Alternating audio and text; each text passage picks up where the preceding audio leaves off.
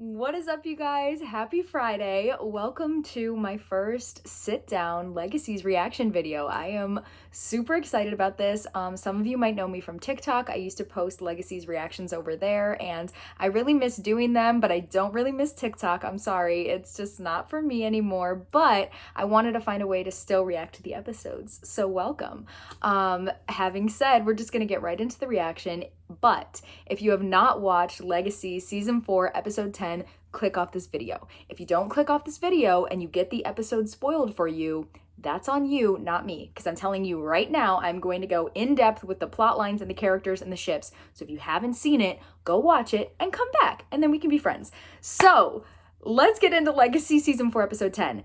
It is honestly one of my favorite episodes yet, I have to say. I think it had the heart of Legacies that I love, but it also really had the humor, and it kind of put them together in this like perfect mixture, and I just really loved it. It was genuinely like, I don't know if I loved it so much just because like I've missed it because it's been gone for a few months, so once it came back I was like, this is the best thing ever, or if it's just that good, but I think it's just that good.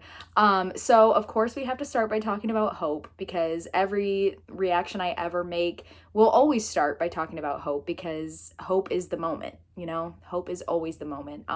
No Humanity Hope will never get old. Like, I think No Humanity Hope is so funny. I think Danielle portrays her so perfectly because she has this way of saying comedic lines, and it's just so perfectly timed and so perfectly done. Like, she says it in a way that's very chill, which I think is like really brilliant because it's so chill, but the things that she's saying are so like aggressive and a little bit unhinged and like not nice and kind of crazy, but it's so chill that it's just funny and I love it. I think that Hope is one of the only like completely kind of deranged characters with her humanity off that you just want to laugh with. You're just like, yeah, that's just Hope, and I think it's funny. In terms of last night, there were a few moments that I really liked and want to highlight with No Humanity Hope. Also, her outfit was amazing. Her outfit, her hair, just everything, incredible. And so there was one moment she was talking to Bartimus and she was like, oh yeah, Dr. Saltzman and I got in a fight. And I'm like, did you get in a fight, Hope? I don't think a fight is you beating him to a pulp and him not fighting back. So you beat him into a pulp, put him in a coma, and almost kill him, you know? If you consider that a fight, then sure, you and Dr. Saltzman got in a fight. But I just thought that was so funny. And then there was the moment where she was in the chambre de chasse, which, by the way, I'm so excited that they brought that back because I loved those in the originals. I thought they were really cool. So I was happy to see that again. And she grabs the key that says Klaus, and she's like, oh, let's start with the obvious, daddy issues. And I just started laughing so hard because I was like, I mean, it's true. Hope Michelson has daddy issues, but the concept of Hope Michelson saying the words daddy issues is just so funny to me. But I would say my favorite No Humanity Hope moment from last night would have to be when she was talking to that Jen chick, which we'll talk about her because there's a lot to say, but when she was talking to that Jen chick and she was like, and Jen was like, oh, immortality's a bitch, isn't it? And Hope was like, not really, but I am. I'm like, yeah, you kind of are, Hope. But I was like, you go. Like, she's self-aware at least that she's not nice with her humanity off, and I love it. So props to No Humanity Hope for life. Props to Danielle for delivering No Humanity Hope like perfectly and brilliantly. I love it. And No Humanity Hope will always be the moment. So that's the moral of the story. Okay, so I had to move on from Hope, and my other favorite part of this episode, I'm sure you can guess, it was Ben and Jed. Like, I love Ben and Jed so much. Like, I think they're so incredible. I think that they have the most amazing chemistry. I mean, Ben is a very good-looking character. I have to say it. He's a good-looking character. So, you know, and so is Jed. So, like, the two of them together, and then their scene outside by the fire where, like, Jed was convincing Ben to stay. I was like, yes, I love this so much. Like, in my mind, they're already boyfriends. I think that's the way we're going. That's what it seems like to me. So I'm just going to go with it and roll with it. And then the song they played in the background during the fireplace scene, it did make me cry. I'm not going to lie. I mean, it's not that hard to make me cry. I cry a lot, but I loved it. And if I can figure out how to edit them in, I will put photos of me crying over that moment. And just know, this is literally me crying over these two talking to each other by a fire. Like, when they actually get together, it's over. It's over. So I really liked that. Also, the Hizzy bond, you can't, like, Hizzy Sire bond is brilliant because I think that it's Lizzie's worst nightmare, which makes it so funny. Like, Lizzie definitely, like, her worst nightmare in life is for sure being sired to Hope Michelson and having to do everything that Hope Michelson says. And it's such a funny dynamic. I mean, my worst fear is being sired to Hope Michelson. Love her, but I wouldn't want to be sired to her. You know what I'm saying? She's a little cray-cray. But, like, oh, it's so brilliant because they've always had this kind of weird back and forth dynamic. So I love getting to see Lizzie in this kind of area where, like, she has to listen to Hope, and Hope's going to use it to her advantage, as she should. You know, I love that for her, but I really, really love that. I think it's going to make for some really funny and fun scenes. I mean, it already has, so I really like it. Also, Heretic Lizzie is here, and I love her. I really do, and I think it's so funny and incredible that they're finally, like, getting into the reality of becoming a vampire, because I feel like everyone else who becomes a vampire, they're just like, oh, perfect at running and feeding and all this stuff, and Lizzie is like not. And I think it's amazing. Like, she's running into doors, she's like, this blood is disgusting, biting my wrist hurts, like all these things that are usually just like ignored in the other shows and in Legacy. She's like, this sucks, and I love that for her. So Heretic Lizzie rise, I love it. I think it's amazing. I am obsessed. Sorry, I'm like looking at notes because I didn't want to forget anything. Okay, so getting into the actual plot, because I love characters, I love ships, I love dynamics of characters, but there's a plot, you know, I sometimes forget about that. So the new plot seems like we're going into a direction with gods, and I've seen that a lot of people are like not sure about it.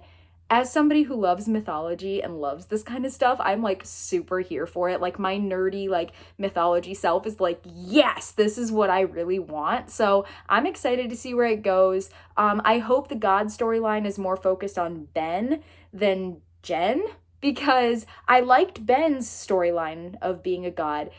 I didn't prefer Jen's storyline. Typically, I just don't prefer when people say, time to get high, and then they shoot up into the air. I'm not sure what that was all about. I didn't really like that. That was the one flaw of this episode, was where she just like shot up in the air. I was like, you didn't have to do all that. Come back down.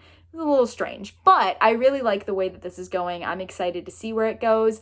Also, Cleo supremacy.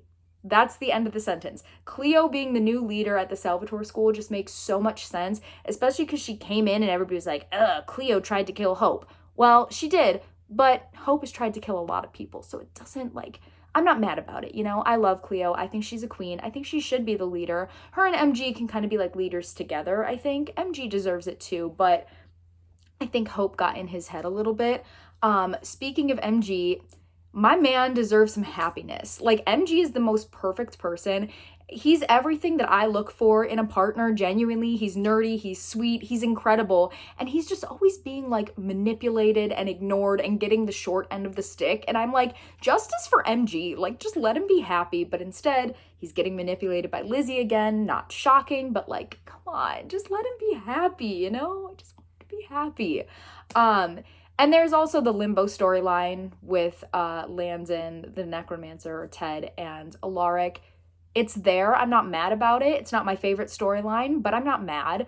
I will say I love getting to see Landon kind of step in the middle of these two grown men who act like babies, and Landon's like, enough. And I love that. I love that for Landon. He's taking some, like, he's being assertive, and he's like, yes, stop fighting. So Landon and Arya Shagasemi is amazing at playing Landon and playing the many different, like, facets of Landon's character, which I really, really like.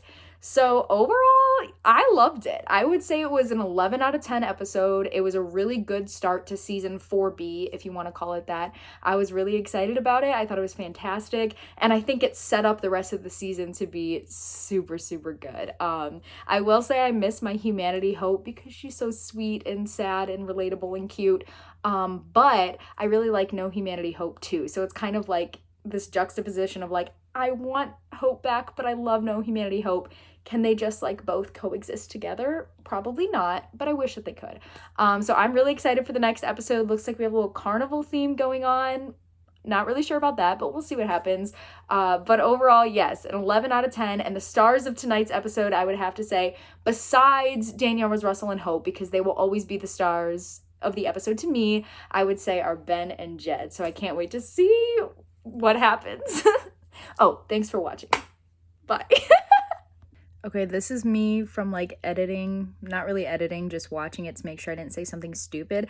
Clearly, I don't know how to outro a video, so thank you all for watching. I will see you next week for the season 4 episode 11 reaction. I'm super excited. Comment down below your thoughts on the episode. Tell me what you thought. Let's chat about it. Also, if you guys are interested in going to the Gold Rush events Super Squad Con next year, which is going to be so much fun. I literally have a countdown for it. Like, I am so excited. If you're interested in going to that, you can go to the link in my bio to go to Excel Events and get tickets to that. And you can use the code Maddie10 for a discount. Do it, guys. For real. It's going to be a lot of fun. And then we can meet and chat, and it's going to be so much fun. And I'm really excited. Okay, now I will see you next Friday. I'll see the episode next Thursday. See you guys next Friday. See, now it got awkward again.